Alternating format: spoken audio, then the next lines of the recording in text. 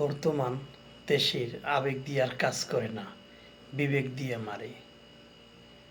মনে হচ্ছেন এত পারাপারি সব কিছু করার পরে একটা গ্যাস প্রতি মাত্র 3 টাকা করে কমাইছে।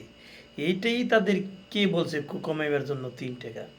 কমসে কম 50 টাকা করে কমাইলেও তো একটাই হইতো, যে দেশে থেকে গ্যাস উঠে ওই গ্যাস আমরা বোতলে জাত করে বিক্রি করব, তার বাদেও যদি এত দাম বাড়ে, এত কমাইতে যদি কষ্ট হয়, তাহলে কিভাবে আপনারা দেশ আবার পরিচালনা করবেন?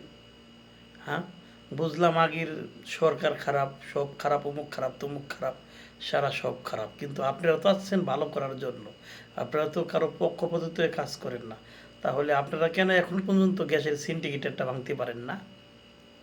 নিজের গ্যাস নিজেই এত টাকা দিয়ে কিনে খেতে হয় কিসের জন্য? যদি সিন্ডিকেটরটা ঠিক মতো ভাঙেন, তাহলে তো এত দাম দিয়ে আমাদের সাধারণ জনগণকে গ্যাস কিনে খেতে হয় না।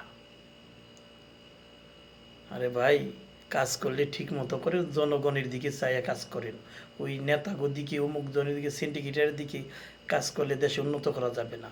আর যদি দেশের মানুষের মঙ্গলের দিকে চায় কাজ করেন, অবশ্যই আপনাদের দ্বারা দেশের ভালো হবে, দেশের জনগণ উপকৃত হবে।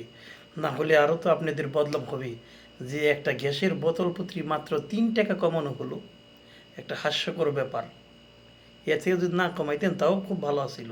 তাও তো ভাই সে বুঝতো যে না, আগের রেটে গ্যাস আছে।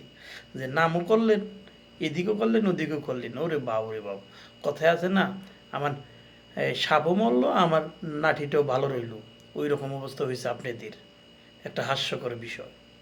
তাই ভালো থাকবেন, সুস্থ থাকবেন, আমার পেজটাকে সকলে ফলো দিবেন। আসসালামু আলাইকুম রহমতুল্লাহি ওয়া বারাকাতুহু। সবার জন্য শুভকামনা রইল।